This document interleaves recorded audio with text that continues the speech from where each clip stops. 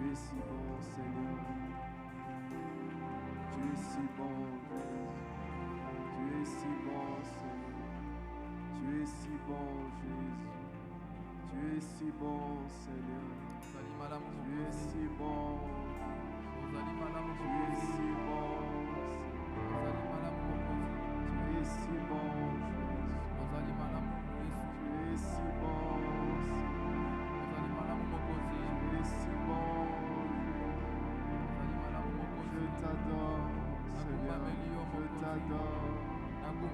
Je t'adore. Je t'adore.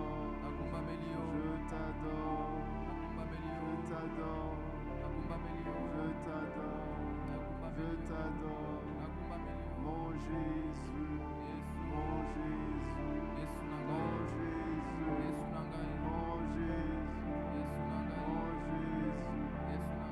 Je t'adore. Je t'adore. Je t'adore. Je t'adore. Je t'adore. Je t'adore. Jésus, je t'adore. Jésus, je t'adore. Je t'adore. Je t'adore. Je t'adore. Je t'adore. Je t'adore. Je t'adore. Je t'adore.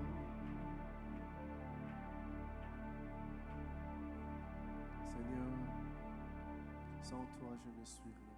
Mokonzi soki yote nazali pamba. Sans toi je ne peux rien, Seigneur. Soki yote nazata na makoki te mokonzi. J'ai tellement besoin de toi. J'ai tellement besoin de toi. Nazana bosenga na makasi. J'ai tellement besoin de toi, Seigneur. Nazana bosenga no makasi mokonzi. J'ai soif de toi, Jésus. Nazana posa na yo Yesu. J'ai soif de toi. Nazana posa na yo. Mon âme a soif de toi, Seigneur. Ole mananga ezana posa na yo mokonzi. Mon âme a soif de toi. Ole mananga ezana posa na yo. Tiens-moi par la main. Simbanga iloboko. Emmène-moi, Seigneur. Memanga imokonzi. Tiens-moi par la main. Simbanga iloboko. Conduis-moi, Seigneur. Tambwisanga imokonzi. Je ne connais pas le chemin. Ngai na yebi nzela te. Montre-moi la voie, Seigneur. Salisanga nzela mokonzi. Qu'est-ce que tu veux que ton peuple entende? Olingi nini ete libota na yo yoka. Que veux-tu que je te dise? Nini olingi naloba. Place tes paroles sur mes Tia lèvres. maloba na bibebo nanga. Parle-nous, Seigneur. Lobela biso mokonzi. Oh Dieu, Nzambe. que ta voix retentisse en ce lieu. Mongongo na yo yoka na Seulement nisika ta oyo. voix, Kaka seulement mongongo ta na yo. voix, Kaka mongongo na seulement yo. ta voix. Kaka mongongo na Qu'est-ce que yo. l'homme peut offrir? Nini moto akoki Qu'est-ce kopesa. que l'homme peut offrir? Nini moto akoki kopesa. Seulement ta voix, s'il Kaka te mongongo na yo. plaît. Na Fais-nous bondeli yo. grâce, Sala Père. biso ngolu. Fais-moi grâce, Sala Seigneur. ngai ngolu mokonzi. Sers-toi de moi, Jésus. Sala kati na ngai. Sers-toi de moi, Seigneur. Sungama na nga Fais-nous mokonzi. entendre ta voix Yokisa biso mongongo na yo. par le Saint-Esprit, Na nzela na molimo par ton mosantu. onction. Na nzela Au epakwa na nom yo. de Jésus, Na kombo na Yesu. que quelqu'un m'aide à dire Amen. Moto moko asunga nga loba ezala bongo. Nous pouvons nous asseoir.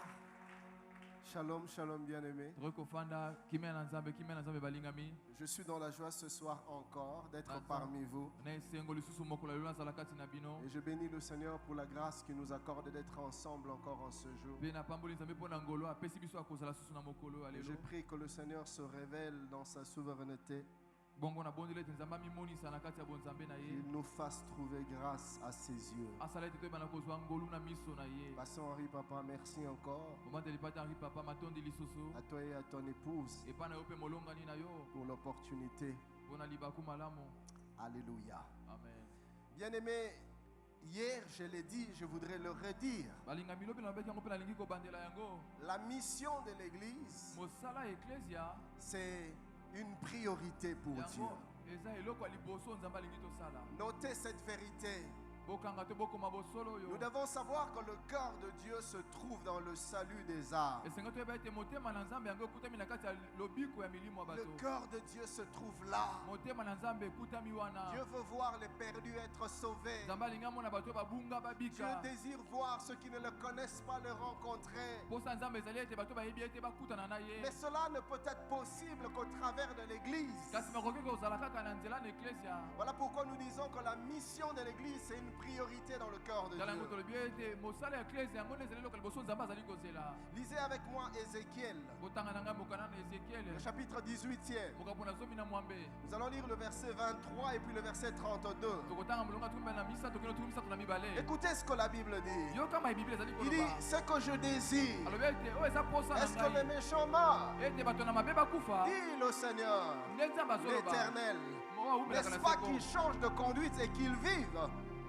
Bien aimé, le désir de Dieu, c'est que les gens soient sauvés. Quand nous marchons des fois la nuit tard, à Victoire ou ailleurs, ou sur boulevard, nous voyons des jeunes filles en petites jupes, avec des petits habits, en train de se prostituer. Très souvent quand on le regarde, on a tendance à les répugner, on a tendance à les dédaigner.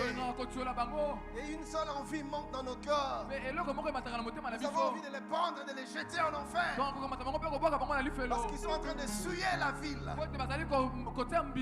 Quand nous voyons ces koulounes en train de voler, en train de blesser, en train de faire du mal, une seule envie monte. On a envie de les saisir. Ne les jetez pas en prison, mais tout droit en enfer. Quand nous voyons ces drogués, quand nous voyons ces délinquants, quand nous voyons ces hommes animés de mauvaise foi qui ne font que mal après mal, une seule envie, les prendre et les jeter en enfer. Mais croyez-moi bien aimé, c'est pas ce qu'il y a dans le cœur de Dieu. Quand Dieu regarde le prostitué de Victoire, tout monte dans son corps, sauf l'envie de les voir périr. Quand Dieu les regarde, tout monte dans son corps, sauf l'envie de les jeter en enfer.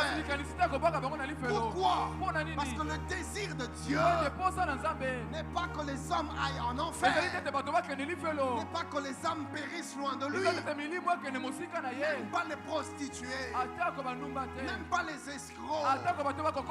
Quand nous voyons les pédés, on a envie de vomir même de foi.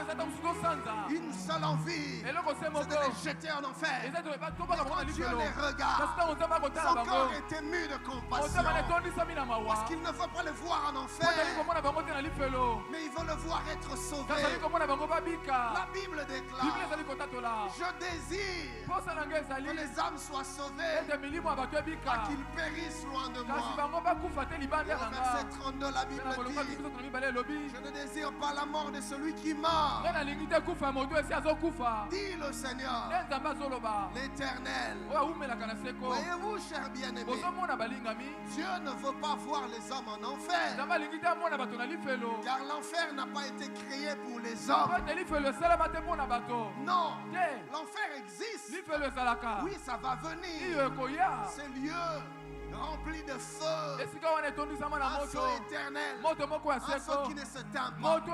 C'est lieu de tourment, c'est lieu de pleurs, c'est lieu de souffrance, c'est lieu de gémissement, c'est lieu d'angoisse, d'amertume, c'est lieu de tristesse, c'est lieu où il n'y aura pas de consolation, c'est lieu où il n'y aura ni joie, ni allégresse, c'est lieu où il n'y aura que tourment, où il n'y aura que douleur. Ce lieu existe. Et laissez-moi vous dire, la Bible nous révèle que Dieu n'a pas créé l'enfer pour les hommes.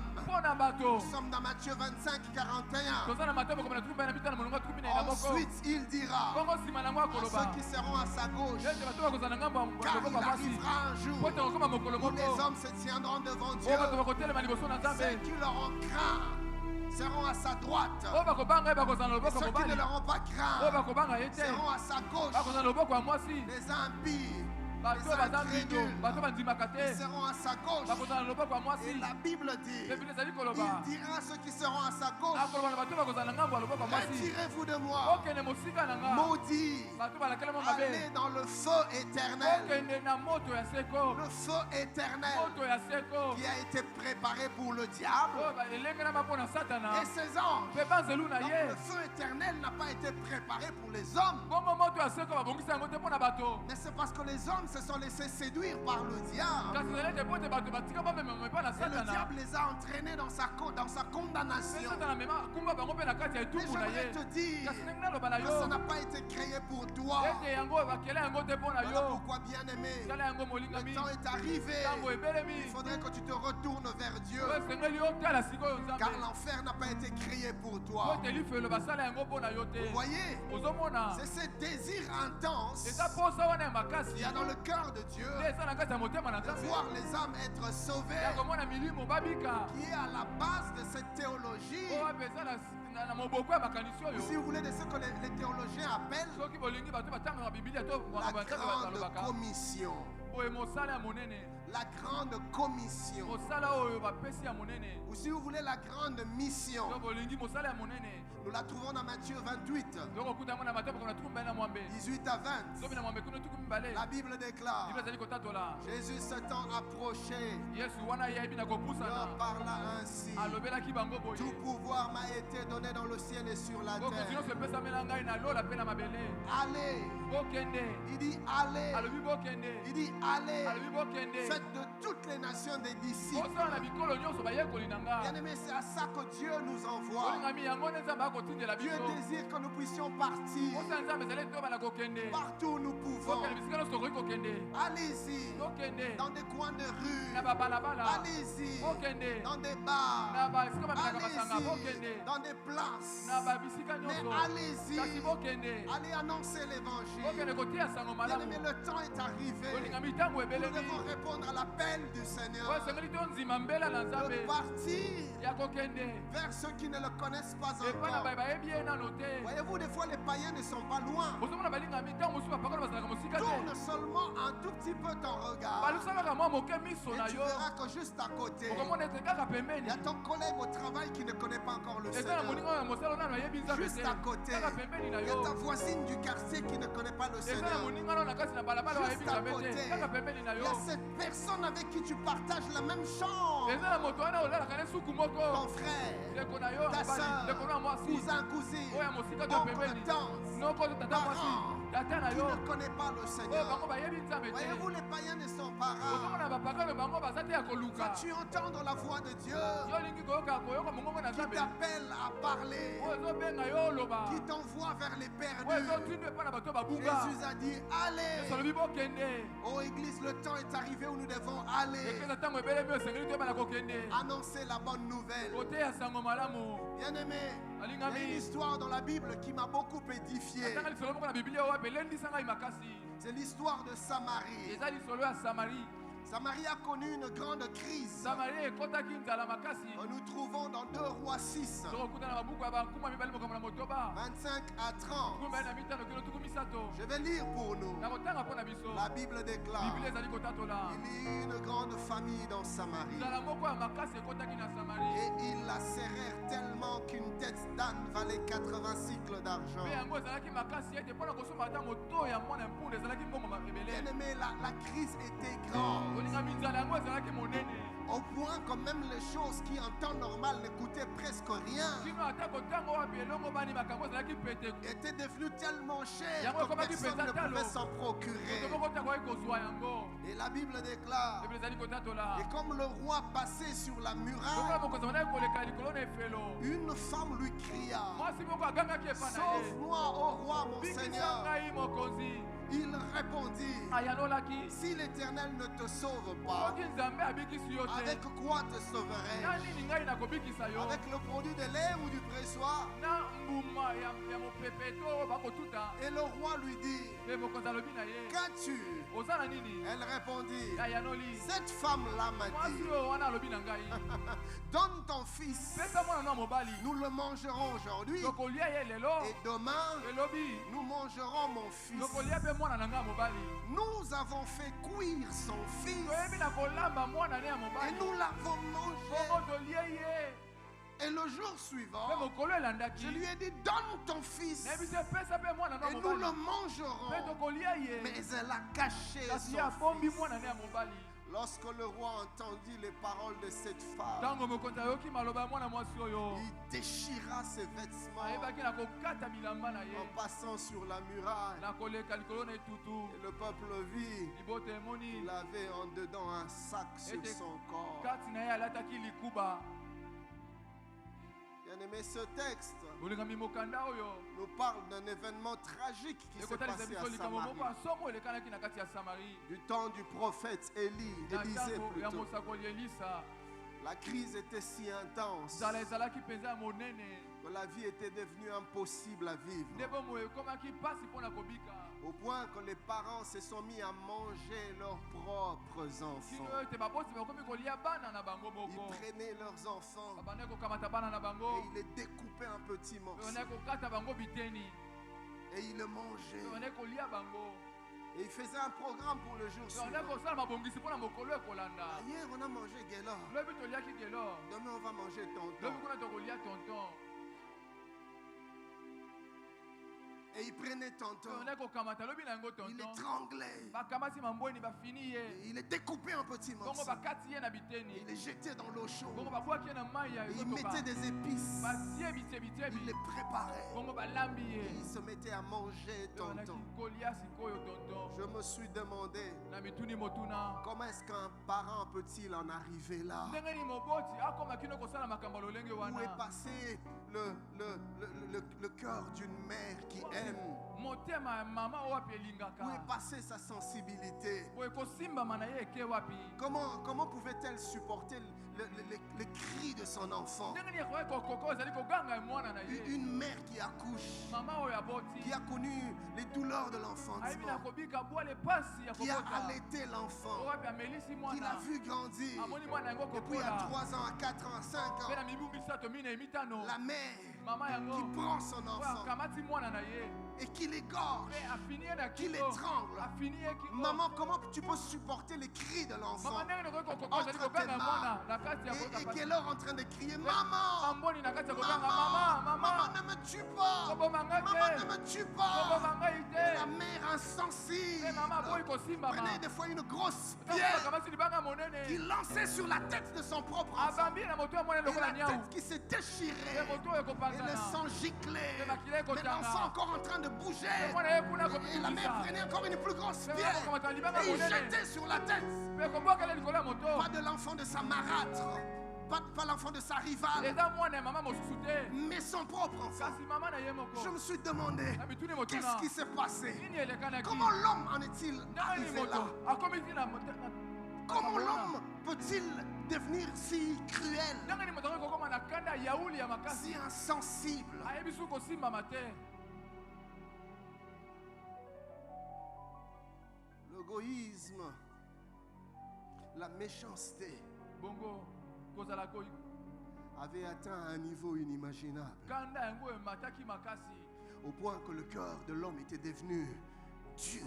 kino ete motema na moto ekomaki libanga makasi Bien-aimé, les jours étaient devenus si mauvais à Samarie boye mikolo ezalaki mpenza mabe kuna na Samarie que la cruauté avait obscurci la conscience de l'homme. nde mabe ebaki na kokomisa oyo ezali bomoto na moto moyindo. En méditant ce texte, je me suis demandé, nakotanga mokanda oyo ngai na mituni motuna quand les mères tuaient les enfants pour les manger, ntango bamama bakoboma bana mpona kolia bango où étaient passés les papas? batata bakendaki wapi? Peut-être que les réalités de la vie à Samarie les préoccupaient tellement ntango mosusu makambo oyo nakoleka na Samarie bandaki kobendabenda makanisi qu'ils na n'avaient bango plus le temps pour leurs propres enfants. nde bazalaki su na ntango te mpo na bana na bango moko Ils étaient devenus tous irresponsables. bango bakomaki bato oyo bakozanga komema mokumba na Les bango papas ne se rendaient plus compte de la douleur des enfants. batata bandaki komona su ezali mpasi ya bana Les enfants pouvaient crier, mais les parents n'entendaient plus. bana bakoki koganga kasi baboti bandaki koyoka lisusu te La souffrance était devenue trop grande. mpasi yango ekomaki monene Au point que quand les mamans égorgeaient les enfants, les papas n'entendaient pas les cris. kino ete bamama ntango bakoboma bana batata bakoyoka te koganga wana Ou encore que les papas eux aussi étaient complices. to lisusu batata bango moko bamikotaki na kati ya makambo yango Bien aimé, ce qui se passait à Samarie me fait penser à notre monde aujourd'hui, bolinga bandaki koleka na kati ya Samarie ezali kokanisisa ngai mokili na biso ya lelo où les cœurs des hommes deviennent de plus en plus mauvais, de plus en plus insensibles. oyo mitema na bato yango ekomi mabe koleka mpe ezali kosimba masusu te. Voyez-vous, frères, nous sommes sidérés bozomona balingami biso tokokamwa au point de frissonner dans nos cœurs Quand on lit l'histoire, les atrocités de Samarie. Mais croyez-moi, mes bien-aimés, notre génération n'est pas différente des Samaritains. Quand je pense à nos jeunes gens aujourd'hui qui sont livrés à une sexualité précoce par les adultes, je me dis que nous ne sommes pas différents des Samaritains. Quand je pense comment est-ce qu'aujourd'hui les enfants sont devenus la proie des aînés, des adultes dans la pédophilie. Le monde est devenu malade et nous mangeons nos propres enfants. Quand je pense aux parents qui violent leurs propres enfants, Pasteur Henri, combien n'ai-je pas reçu moi-même des jeunes filles dans mon bureau qui sont venues me parler d'un père, d'un oncle, d'un grand frère qui les violentait sans arrêt à la maison. Je me rappelle encore de cette jeune fille qui est venue dans mon bureau. Elle me dit, depuis que j'étais toute petite, mon père a commencé à me prendre de force. Et cette petite pouvait crier, mais le papa n'entendait pas. Il violait sa propre fille. Pas une fois, pas deux fois, pas trois fois. C'était devenu une habitude. Et j'ai entendu des histoires comme ça où le papa lui-même a déviergé toutes ses filles, de la grande jusqu'à la petite, le père lui-même.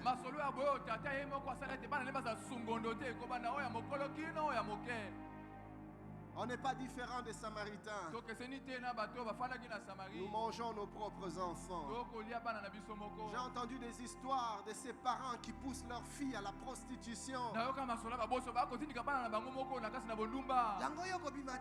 tu ne vas pas sortir. Mais sors aussi comme les autres, non? Tu ne vas pas nous amener quelque chose. Les parents en train de pousser leurs filles à la prostitution pour leurs propres intérêts.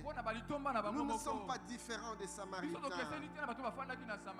Nous ne sommes pas différents des Samaritains. L'apôtre Paul pouvait dire dans 2 Timothée 3, 1 à 5, sache que dans les derniers jours, il y aura des temps difficiles, car les hommes seront égoïstes. Nous ne pensons qu'en nous-mêmes. On est prêt à écraser l'autre. Même dans des églises, Pasteur Henri, j'ai vu ces choses. Un tel frère, il jalouse l'autre parce que lui, il bénéficie des avantages du pasteur. Et il est prêt à venir avec des fausses accusations, avec des faux témoignages. Pourquoi? Pour que l'autre ne soit plus aussi proche du pasteur et que lui prenne sa place. Entre nous, membres de l'église, on est passé professionnel dans la médisance et dans les calomnies, dans la jalousie. Nous nous entretuons les uns les autres. Les hommes deviendront égoïstes, amis de l'argent, fanfarons, hautains, blasphémateurs,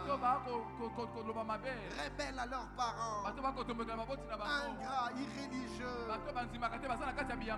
insensibles, déloyaux, calomniateurs, intempérants, cruels, ennemis de gens de bien, traîtres, emportés, enflés d'orgueil, aimant le plaisir plus que Dieu. Nous sommes dans une génération où nous aimons les plaisirs plus que Dieu. Nous aimons les jouissances plus que Dieu. Nous aimons les plaisirs de la chair plus que Dieu. Nous aimons le sexe plus que Dieu. Nous aimons la musique mondaine plus que Dieu. Les banalités de ce monde ont pris la place de Dieu dans nos cœurs. Nous sommes capables de passer des heures et des heures devant les divertissements à la télé, mais incapables de passer 10 minutes dans la présence de Dieu. Incapable de passer 10 minutes en prière. Mais nous passons des heures et des heures dans les coins des rues, en train de jouer au dard, en train de suivre un match de football. On est même prêt à s'absenter à un jour de culte, ne pas venir à la réunion parce que Barça va jouer, parce que Real va jouer. On aime le plaisir plus que Dieu. L'apôtre Paul avait prophétisé que dans les derniers jours, les hommes aimeront le plaisir plus que Dieu. Et Dieu n'occupe plus le centre de nos cœurs. La Bible dit dans le livre d'Apocalypse, souviens-toi de ton premier amour. Quand le Seigneur regarde, il ne voit plus sa place dans nos cœurs. Il y a bien d'autres choses qui ont remplacé la place de Dieu dans nos cœurs. Mon ami, autrefois quand tu te levais le matin, avant de commencer la journée, tu mettais tes genoux à terre, tu allais dans le temple de Dieu, tu te prosternais, tu passais du temps avec le Seigneur. Aujourd'hui, quand tu te lèves le matin, tu cherches ton téléphone, les réseaux sociaux, tu vas sur WhatsApp, tu vas sur Facebook, tu vas sur Twitter, tu vas sur Instagram, tu surfes et tu surfes sur Internet. Ton téléphone a pris la place de Dieu dans ton cœur. Tu as perdu ton premier amour. Autrefois ce n'était pas pareil. Autrefois tu pouvais facilement mettre une journée à côté, facilement prendre 3 jours en prière. Tu allais en retraite, tu te déconnectais de tout le monde et tu demeurais dans la présence de Dieu. Mais aujourd'hui, que de raisons. Où sont passés ce temps que tu donnais à Dieu autrefois? Et Dieu dit dans Apocalypse, souviens-toi d'où tu es tombé et pratique tes premières œuvres. Bien-aimé, j'entends le même cri du cœur de Dieu. En ce soir, Dieu me dit de te dire, souviens-toi du jour d'autrefois. Souviens-toi de qui tu étais autrefois. Redonne-moi la place que tu me donnais autrefois. Fais de moi la priorité comme tu le faisais autrefois. Le prophète Esaïe, en parlant à Israël, dit, comme un fiancé, tu me suivais dans le désert, sur une terre inculte, une terre infertile, dans le désert, image de la mort, image de la famine, image de la pauvreté, de la disette. Dieu dit à Israël, même dans le désert, dans ce lieu de mort, dans ce lieu de disette, dans ce lieu de famine, dans ce lieu où rien ne produisait, dans ce lieu où tu n'avais aucun intérêt, Dieu dit même là, je me souviens. Dieu dit, oh, je me souviens. Dieu est devenu nostalgique. Et le Seigneur me demande de te dire ce soir, souviens-toi de ce que tu étais autrefois. Mais regarde-toi aujourd'hui, tu n'es plus le même. Quelque chose a changé. Où est parti ton attachement pour Dieu? Où est partie ta passion pour Dieu? Où est partie la flamme de ton amour pour Dieu? Il y a des choses que tu ne permettais pas. Il y a des choses que tu ne supportais pas. Il y a des choses que tu ne regardais pas.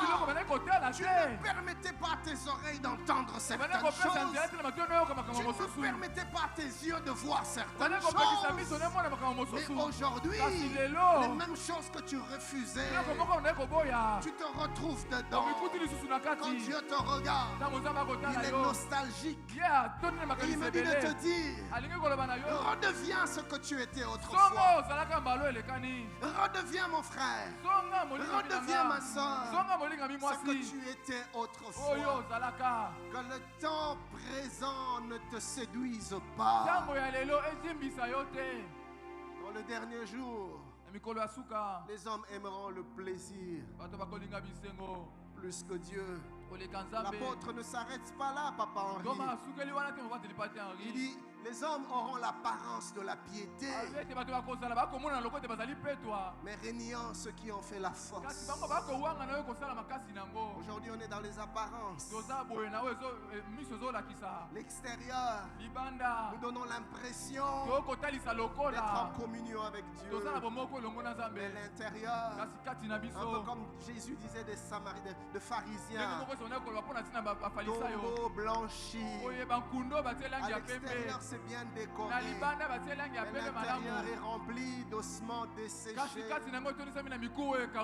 Et en l'apparence, nous sommes dans les apparences. Nous parlons comme des chrétiens, nous chantons comme des chrétiens, nous dansons comme des chrétiens, et nous savons même parler en langue comme des chrétiens.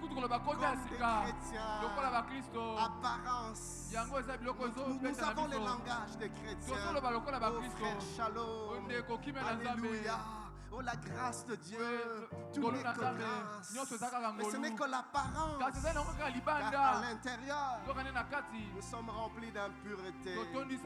Nous sommes remplis de compromission. Nous sommes remplis de souillure. Ayant l'apparence de la piété et régnant ceux qui ont fait la force. Samarie était devenue invivable.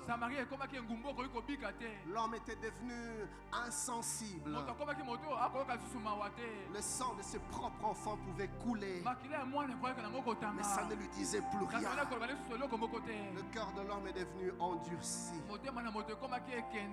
Et c'est ainsi, cher bien-aimé, que le roi de Samarie, quand il a vu tout ce qui se passait, dépassé par les événements et incapable de faire quoi que ce soit, se tourne vers le prophète. La Bible dit qu'il envoya appeler le prophète. Le prophète, c'est un peu comme l'église aujourd'hui. Le roi envoie qu'on appelle le prophète. Voyez-vous, cher bien-aimé, le salut des nations ne viendront pas des hommes, mais de Dieu. Le roi lui-même était incapable de faire quoi que ce soit. Il dit à la dame qui se plaignait, que puis-je faire pour toi? Comment puis-je te sauver? Si Dieu n'intervient pas, que puis-je faire moi? Il dit, allez appeler le prophète.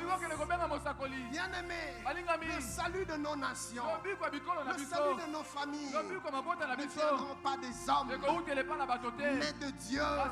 Arrêtons de placer notre espérance sur les hommes,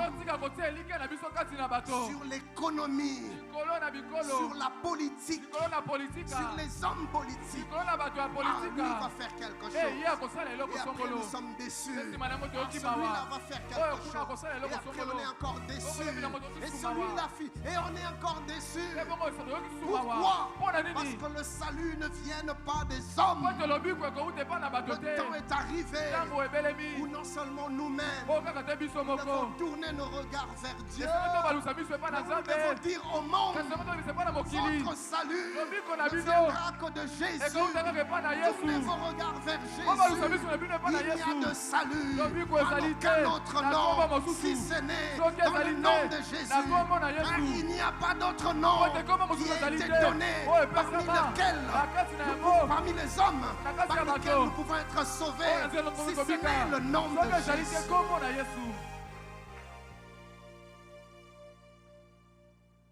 Le psalmiste s'écrie dans Psaume 121,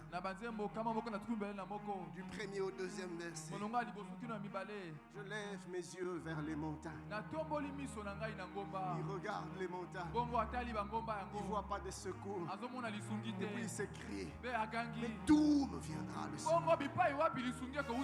Pour mon peuple, d'où me viendra le secours? Pour ma famille, d'où me viendra le secours? d'où nous viendra le secours?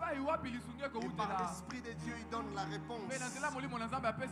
Comme en prophétisant, il dit le secours me vient de l'Éternel. Le secours de ta famille viendra de l'Éternel. Le secours de tes voisins viendra de l'Éternel. Le secours de nos nations africaines viendra de l'Éternel. L'Éternel est Dieu, lui seul. Nous regardons vers les Nations Unies. Le secours ne viendra pas des Nations Unies. Nous regardons vers la Banque mondiale. Le secours ne viendra pas de la Banque mondiale, ni de la BAD, ni de l'OTAN, ni de la SADC, ni de la COMESA. Les secours ne viendront pas d'ailleurs. Ce n'est pas le Ouganda, ce n'est pas l'Angola, ce n'est pas les États-Unis. Les secours ne viendront ni de l'Occident, ni de l'Orient. Le secours vient de l'Éternel.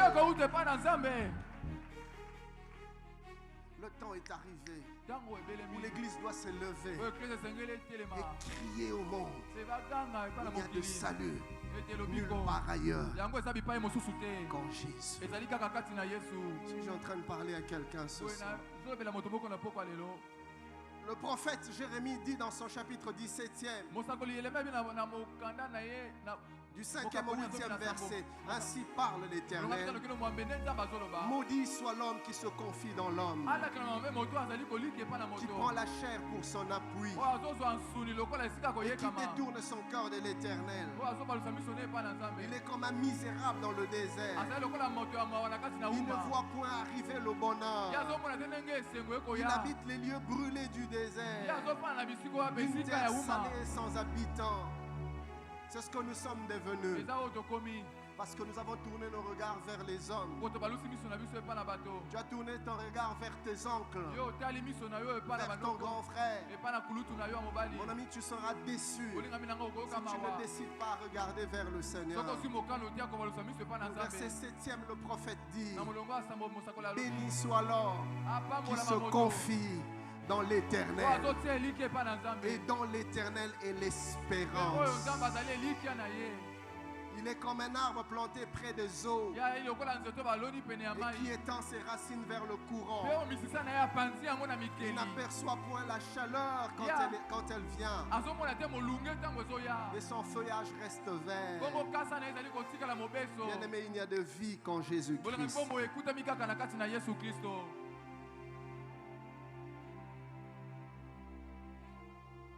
La réponse au problème des hommes ne se trouve qu'auprès de Dieu et au travers de l'Église. Parce que Dieu se manifeste par l'Église. Quand je dis Église, hier je l'avais dit, je ne vois pas ce bâtiment, je vois toi, je me vois moi, je vois nous. La réponse de Dieu pour notre génération viendra de toi, viendra de moi. Pas que nous allons faire quelque chose, mais parce que nous allons montrer le chemin. Parce que nous allons montrer la voie. Parce que nous allons montrer la vérité. Parce que nous allons montrer la vie. Le chemin, la vérité, la vie, c'est Christ Jésus. Et Dieu nous appelle à montrer le chemin au monde, à montrer la vérité au monde, à témoigner de la vie au monde. Parle de Jésus. Si tu as été touché par Jésus, si tu as été sauvé par Jésus, bien aimé, le temps est arrivé où tu dois parler de ton Sauveur. Le temps est arrivé, tu dois parler de ton Dieu. Ne te tais pas.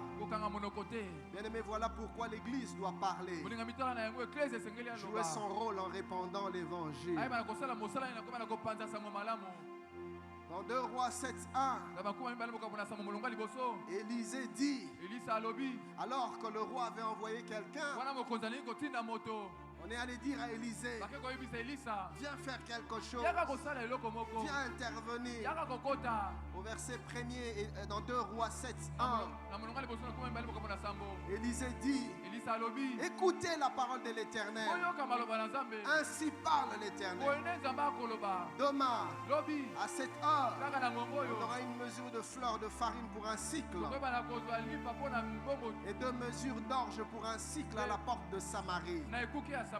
Alors que tout était devenu cher, quand l'homme de Dieu vient, il parle de la part du Seigneur. Il dit la restauration arrive, la visitation arrive, et ça ne sera pas pour plus tard. Demain déjà, Dieu va vous visiter. Le Seigneur va vous restaurer. Élisée a proclamé la bonne nouvelle. Mais il se passe une chose.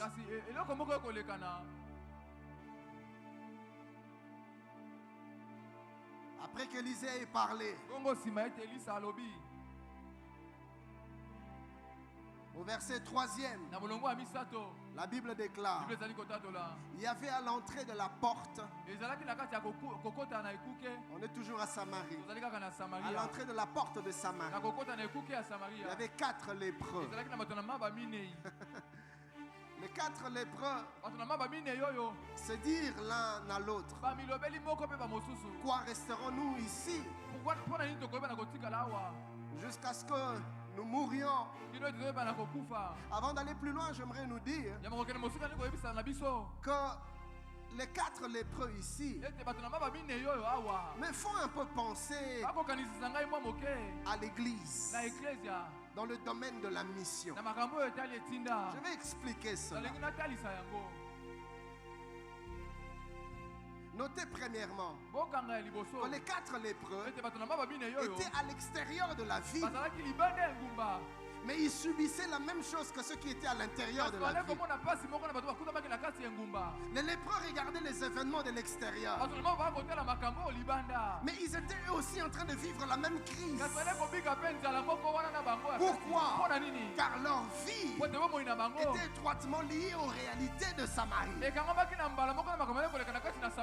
Leur vie était liée aux réalités socio-économiques de la ville. Et c'est ce rapprochement que je vais faire dans la relation église et monde. Bien qu'en n'étant plus de ce monde, mais nous sommes encore dans le monde.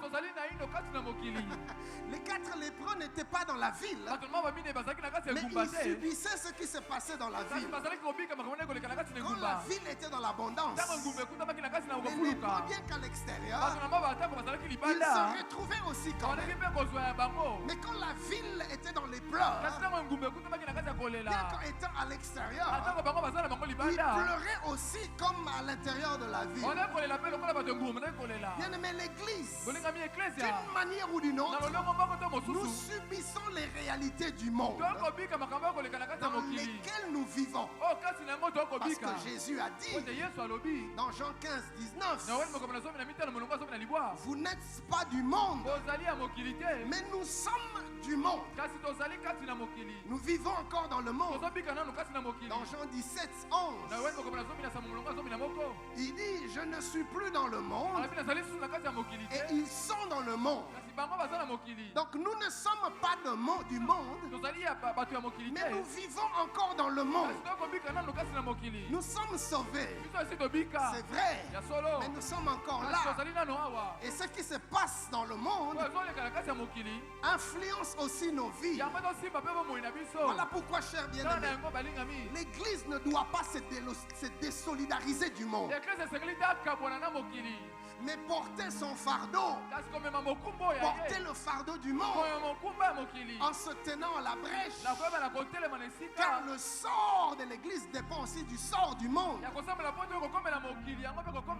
Voilà pourquoi Dieu nous appelle même à prier pour la ville dans laquelle nous vivons. Pourquoi? Parce que notre bien-être en dépend. Vous le verrez dans Jérémie 29, 7. La Bible déclare, recherchez le bien de la ville où je vous ai mené en captivité. Et priez l'Éternel en sa faveur. Parce que votre bonheur dépend du sien. Si en RDC à la crise, l'église aussi sera dans la crise. Si à Kinshasa il y a les pleurs, l'église sera dans les pleurs. D'où l'importance, nous l'église, de nous tenir à la brèche pour la ville, pour la nation, pour le pays. Mais les chrétiens sont devenus aujourd'hui tellement désolidarisés des réalités du monde. Nous ne nous occupons plus du monde. Il y a des chrétiens qui s'en foutent de la politique. Ils ne veulent rien savoir de la politique. Un homme a dit, refuse de t'occuper de la politique. La politique s'occupera de toi. L'église doit s'occuper de la politique. Pas que nous devons tous aller faire la politique. Ah oui, oui, oui, oui, oui. Nous allons faire la politique, mais nous allons la faire différemment. Alors que eux seront au Parlement, au Sénat, au gouvernement, nous serons là à genoux. Nous serons dans la présence de Dieu, en train de prier, en train de jeûner, en faveur du pays. Où sont les chrétiens qui prient encore pour la nation, alors que la Bible dit, priez pour le roi, priez pour vos autorités. Où sont ces enfants de Dieu qui prient encore pour le gouvernement, qui prient encore pour les bourgmestres, qui prient encore pour les gouverneurs? Où sont ces chrétiens? Mais ça ne nous regarde pas. On n'y pense pas. Qui a prié pour le gouverneur, le bourgmestre de Bandal, de la commune de Limete? Qui prie pour le gouverneur de l'hôtel de ville? Qui prie pour le premier ministre? Qui prie pour les ministres? Qui prie pour le chef de l'État? Ce n'est pas notre problème. L'Église, nous passons notre temps à critiquer. Nous critiquons. Nous critiquons.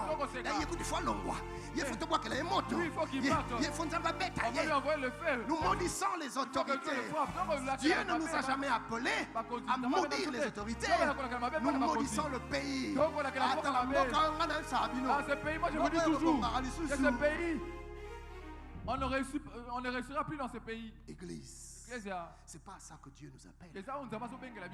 Mais pasteur, pourquoi tu nous parles de ces choses? Parce que c'est la mission que Dieu nous a confiée. La mission de l'église, c'est pas seulement l'évangélisation. La mission de l'église, c'est aussi se tenir à la brèche et prier en faveur de la ville, en faveur du pays. Parce que Dieu dit, car votre bien-être dépend du bien-être de la ville. Alors arrête de maudire le pays, le gouvernement. Ce n'est pas ta mission. Ta mission, c'est de mettre tes genoux à terre et de prier. Je disais, les 4 lépreux étaient à l'extérieur. Mais ce qui se passait à l'intérieur influençait aussi leur vie. Comme l'église. Parce que nous sommes dans le monde. Et en temps de guerre, bien aimé, les églises aussi seront fermées. Il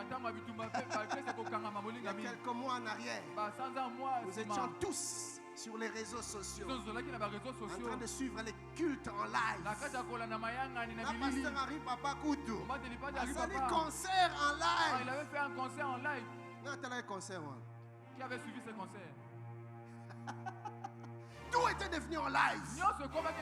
Pourquoi? Parce qu'il y avait une maladie qui sillonnait dans la ville. Ce qui frappe la ville frappe l'église. Ce qui frappe le pays frappe l'église. L'église doit se lever et jouer son rôle. Son rôle de sentinelle. Son rôle de gardien. Notez cette deuxième chose en parlant de ce texte. Malheureusement, les 4 lépreux, de là où ils étaient, à l'extérieur de la ville. Ils observaient passivement, impuissamment, incapables de faire quoi que ce soit. Ils regardaient la dégradation de la ville, la dégradation du monde. Et comme les 4 lépreux, l'Église aujourd'hui observe passivement le monde en train de se dégrader. Nous regardons impuissamment dans l'inaction totale.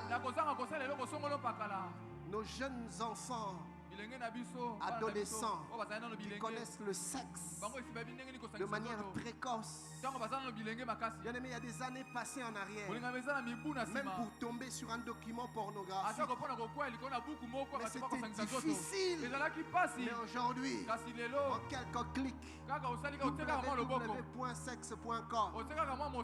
tu es déjà dans la pornographie. Avec une telle facilité, le péché s'offre à nous.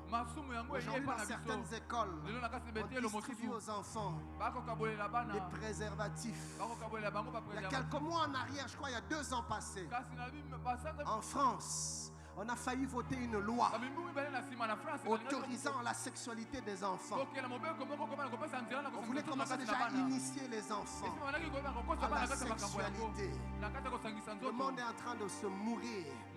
Aujourd'hui, chers bien-aimés, dans certains pays, l'église, je parle de l'église protestante, la synode des églises protestantes s'est rassemblée.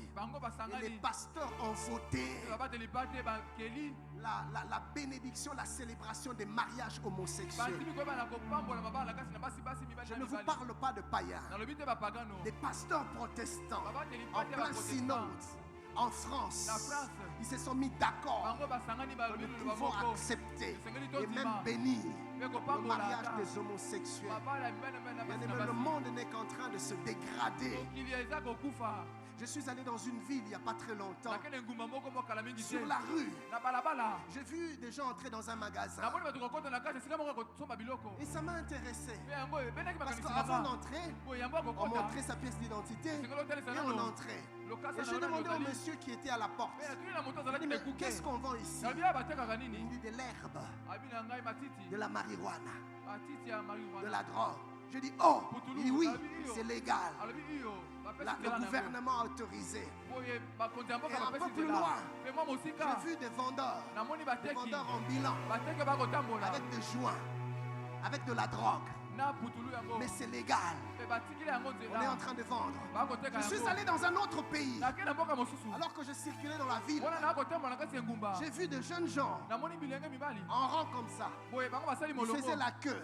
Ils attendaient leur tour pour rentrer. Je demandais, mais qu'est-ce qu'il y a dedans? On m'a dit, c'est des maisons que le gouvernement a installées, où les drogués peuvent venir prendre leur drogue. Ceux qui s'injectent, ils peuvent venir être injectés en sécurité avec des aiguilles stérilisées. Les gouvernements légalisent les choses inimaginables. Autrefois, on prêchait le péché, on condamnait l'homosexualité. Mais aujourd'hui, quand tu prêches, les pasteurs te disent, pasteur Youtikine, fais attention. Ces choses-là, il ne faut même pas citer. Tu vas aller en prison, Ndeko. Pendant que le monde est en train de se dégrader comme ça, l'Église, nous regardons passivement. Et nous sommes dans la distraction, en train de nous battre. Oh,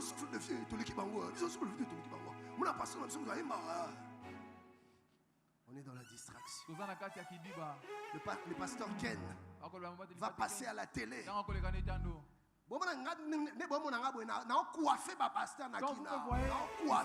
Je dépasse tous les pasteurs de qui.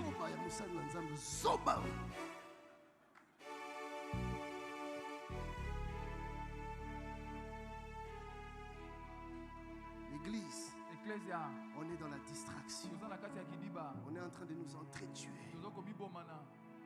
Alors que le monde autour de nous se meurt comme des 4 lépreux, passivement, impuissamment. Nous contemplons le monde en train de se mourir. On a oublié que nous avons une mission. Nous avons un mandat. Lumière du monde, celle de la terre. Je vais continuer à exploiter ce texte demain. Nous allons parler d'un certain nombre de choses. Et j'ai pris que tu entendes la voix de Dieu. Et que tu sortes de la passivité. Lève-toi. Prie pour la conversion des membres de ta famille, les habitants de ton quartier, de tes collègues d'université, de tes collègues de travail. Lève-toi et prie. Prie pour la nation. Prie pour les âmes qui meurent. Ne t'arrête pas à prier. Ouvre la bouche. Annonce la bonne nouvelle. Élisée a dit demain, Dieu va nous visiter. Allez dire au monde, à la croix, il y a 2000 ans, un homme est mort pour que tu ne meurs point. Il a versé son sang pour que tu sois sauvé. Si tu le reçois comme ton Seigneur et ton Sauveur, tu seras réconcilié avec Dieu et tu ne connaîtras plus le jugement. Tu passeras de la mort à la vie. Parlons de Jésus. C'est la mission de l'Église. Que Dieu vous bénisse.